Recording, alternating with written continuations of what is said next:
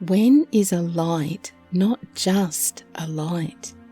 Fairies, real fairies, are masters at evading us. When it suits them, they can be impossibly elusive, appearing as nothing more than a shadow in the corner of our eye, or a feeling, a sense within us that they are nearby. But sometimes they want us to see them. They want to lure us to them. And what better way than a bright, enticing light in the darkness? G'day, I'm Kitty. Welcome to Fairy Encounters. In this video, I have 4 incredible, true and very different experiences with fairy lights. Let's begin with the longest story, and it's a ripper. I swear you'll never touch a hawthorn tree again after seeing this. And the last story, well, I think it will warm your heart. So get comfy, and I'll see you on the other side. My Nana was a great believer in luck, or more accurately, bad luck. Don't put shoes on a table, don't pass a magpie without greeting him politely, don't wear new clothes to a funeral, and don't disturb the places where fairies live. To Nana, that was the most important one. When my sister Elizabeth and I were very young, our parents died. Very tragically, I'm told, though I don't remember them well at all. I often wondered what terrible thing they might have done to visit such bad luck upon them. Well, in the aftermath anyway, we lived with our grandmother, our Nana. We loved her dearly and were given almost free rein around the small, mostly disused farm where she lived. She was a kind woman, but firm, and we absolutely adored her. We had great freedom at Nana's, but there was one important rule, and that was don't go near the fairy tree. My grandmother would tell me all about the fairies while I sat starry-eyed at her feet. They are not kind or sweet, she said. They are malicious tricksters, and woe upon anyone who disturbs their home. This might seem like a morbid thing to tell a child, but she had good reason. The fields behind her cottage were home to the very tree that we were forbidden from approaching.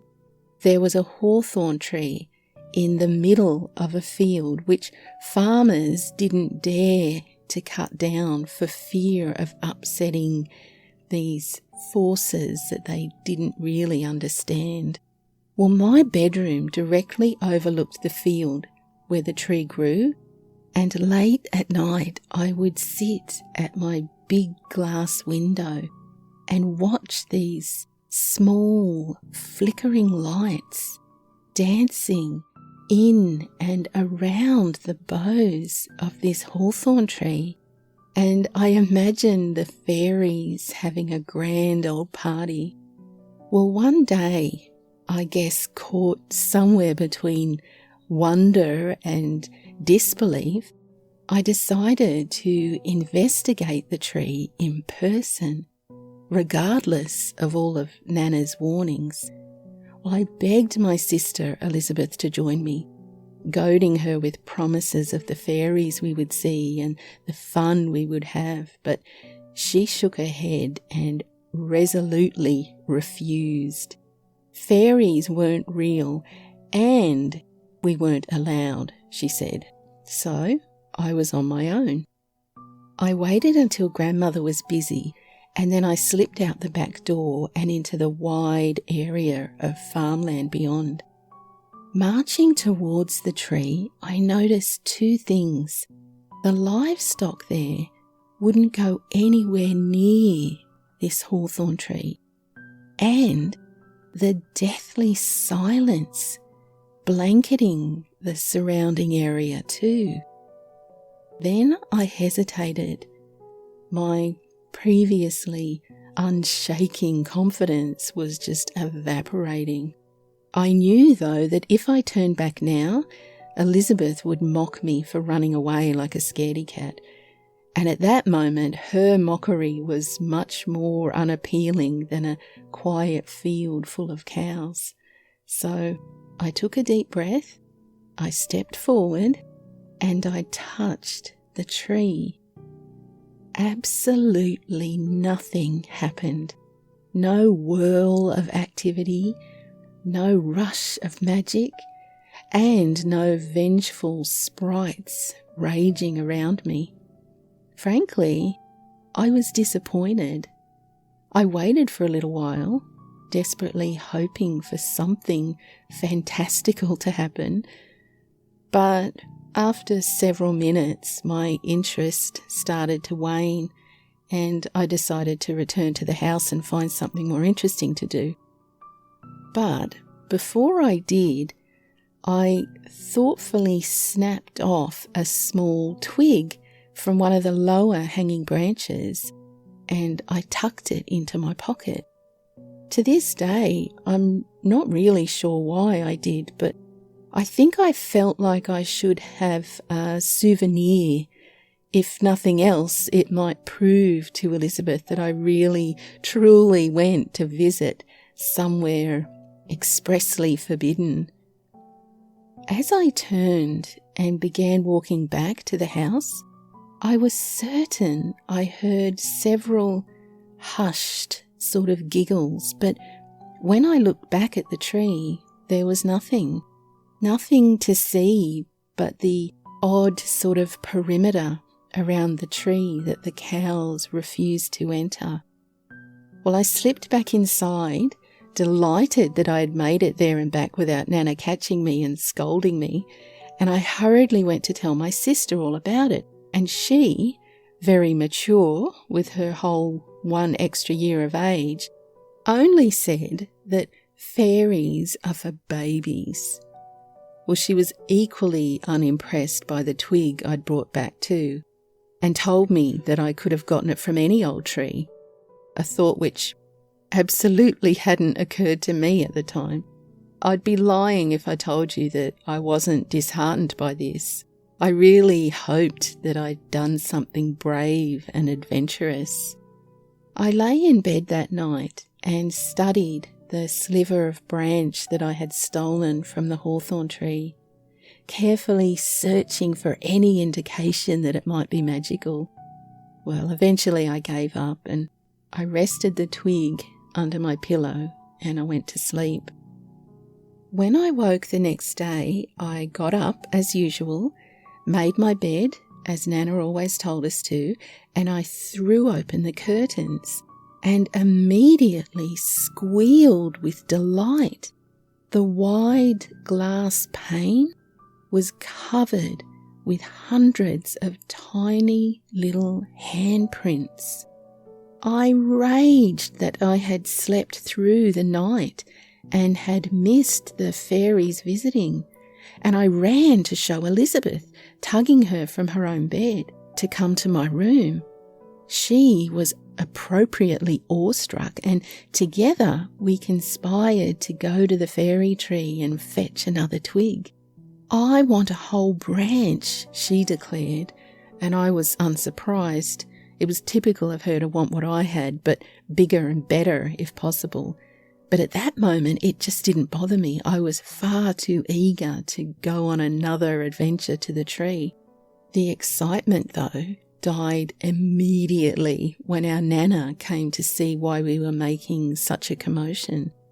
From the tiny handprints and the hawthorn twig sitting between us on the floor, it was immediately apparent to her what I had done.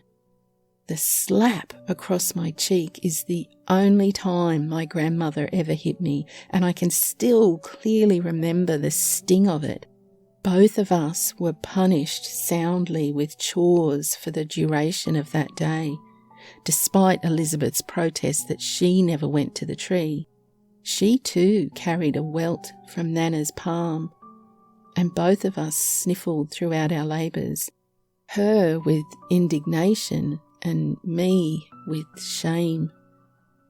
Nana cleaned the window while we completed the yard work, scrubbing away with a mute fury. But as evening approached and her anger dulled, she pointed out what we had missed.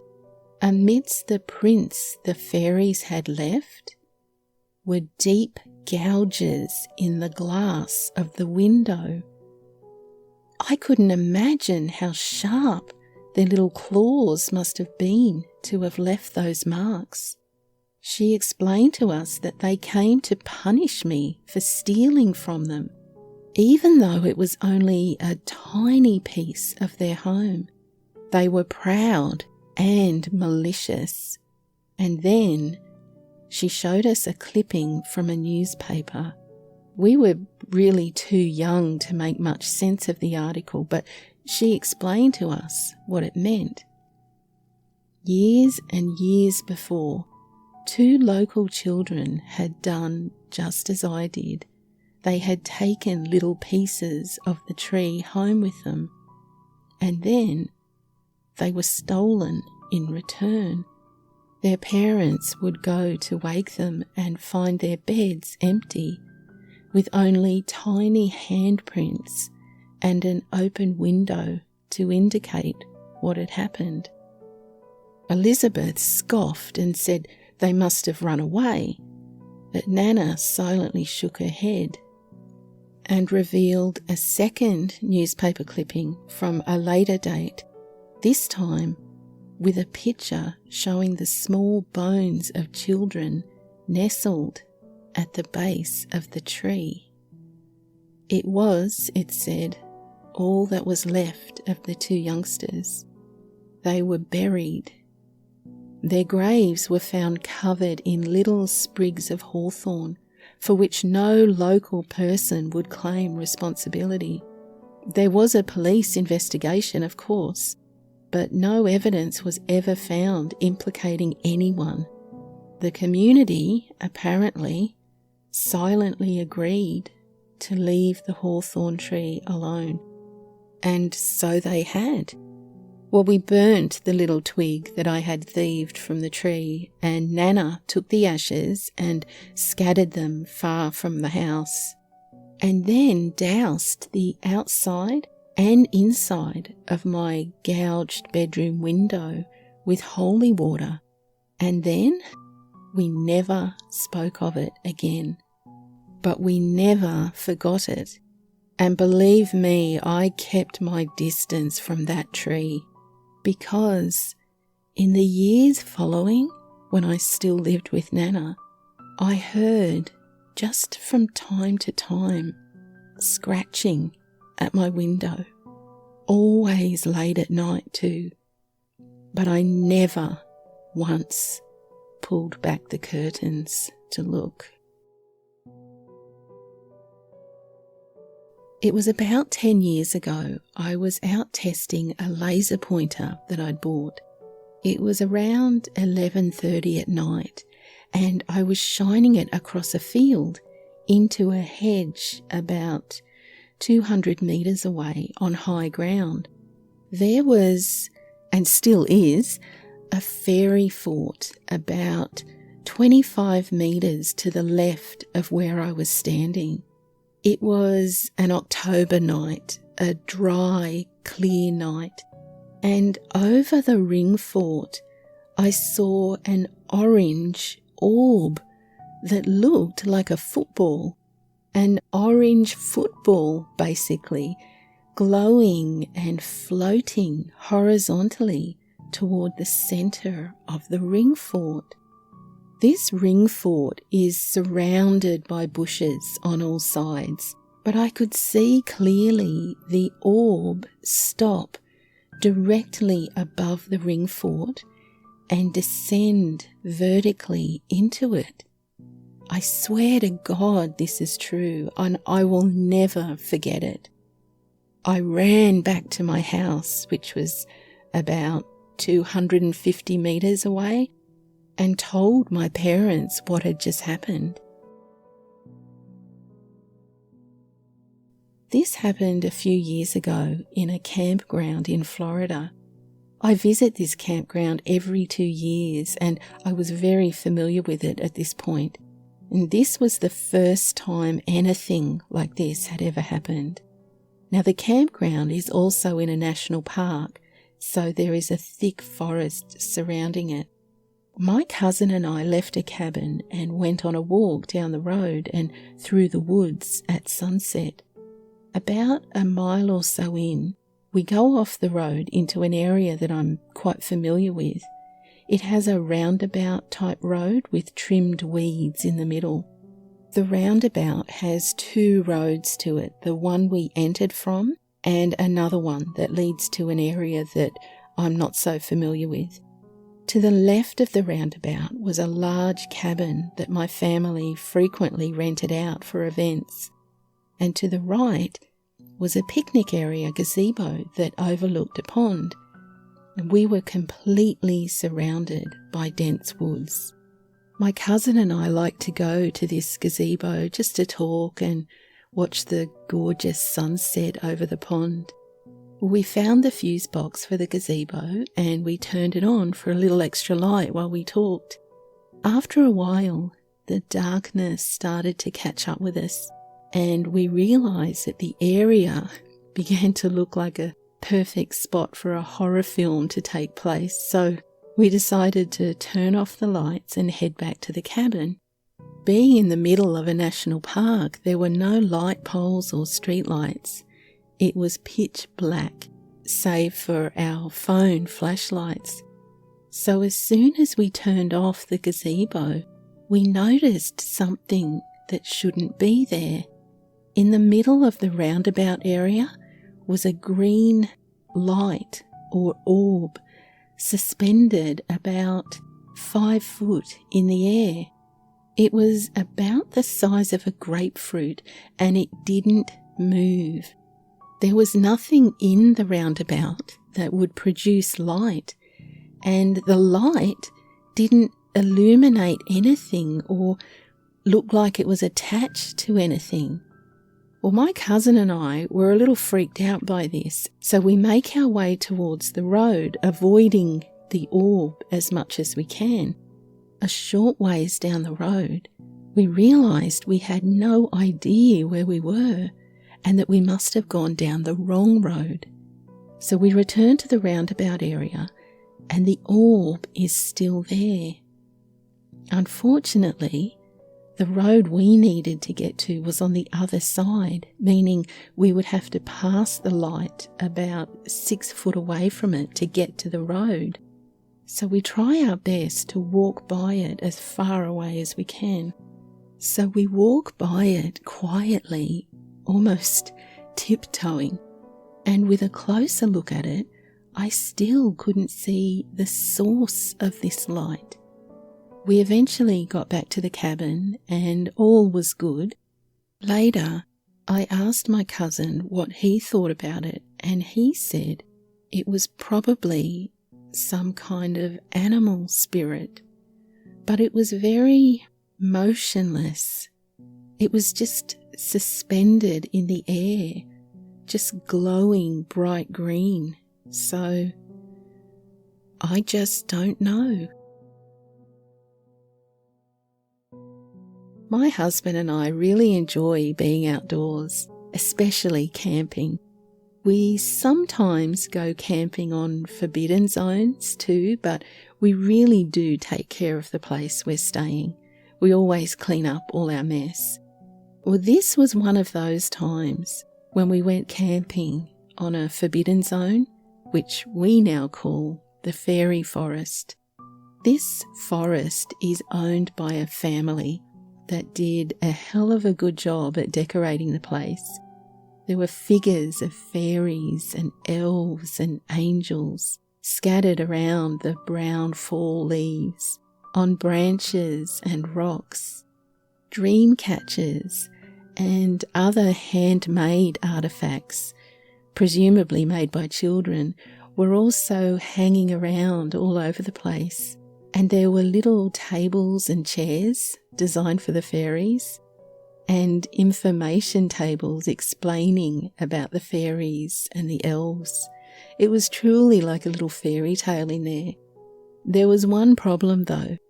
Some douchebags threw things and broke up some of the decorations, so we put them back up and mended whatever we could as we walked along. We then found a nice spot, set up our tent and cooked some food and just chilled out before going to bed. I woke up to 3 or maybe 4 lights hovering over me in the night. I wasn't scared, just surprised. I didn't want to open my eyes all the way, just in case the lights disappeared. I wanted to prolong the experience as much as I could.